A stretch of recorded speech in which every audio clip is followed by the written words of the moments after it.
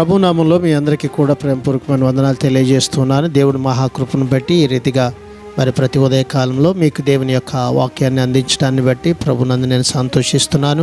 మరి ఈ వాక్యముల ద్వారా మీరు దీవించబడి ఆశీర్వదించబడినట్లయితే ఈ పరిచర్యని మీరు ప్రోత్సహించాలని ప్రభు పేరిట మిమ్మల్ని కోరుతూ బెతస్తా విడుదల పరిచర్య తరపున మరొకసారి మీరు ప్రేమపూర్వకమైన వందనాలు తెలియజేస్తూ ఇది నా దేవుని యొక్క వాక్యము.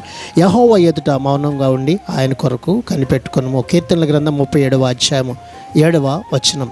దేవుడు విశ్వాసుల పక్షంగా సరి అయినటువంటి సమయంలో సరి అయినటువంటి విధానంలో జోక్యం చేసుకుంటాడు అనేది మనం నమ్మాలి.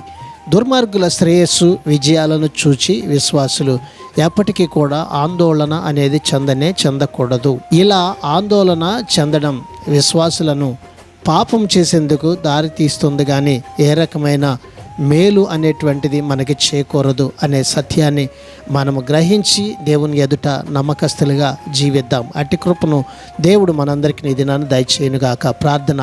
మమ్మల్ని మిక్కిలిగా ప్రేమించిన మా ప్రిపరలోకి తండ్రి యేసయ్య, నీ మహాకృపను బట్టి ప్రేమించి మరొక నూతన దినాన్ని మాకు ఇచ్చినందుకు నీకు వందనాలు స్తోత్రాలు చెల్లిస్తూ మేము నీ ఎదుట ప్రభువా నీ యొక్క మేలులన్నిటిని కూడా అనుభవించినట్లుగా నీ కొరకు కనిపెట్టుకుని బ్రతికే ధన్యతను ఈ దినమున మాకందరికీ ప్రసాదించమని యేసు పరిశుద్ధ నామంలో ప్రార్థించి అడిగి వేడుకుంటున్నాము తండ్రి. ఆమెన్.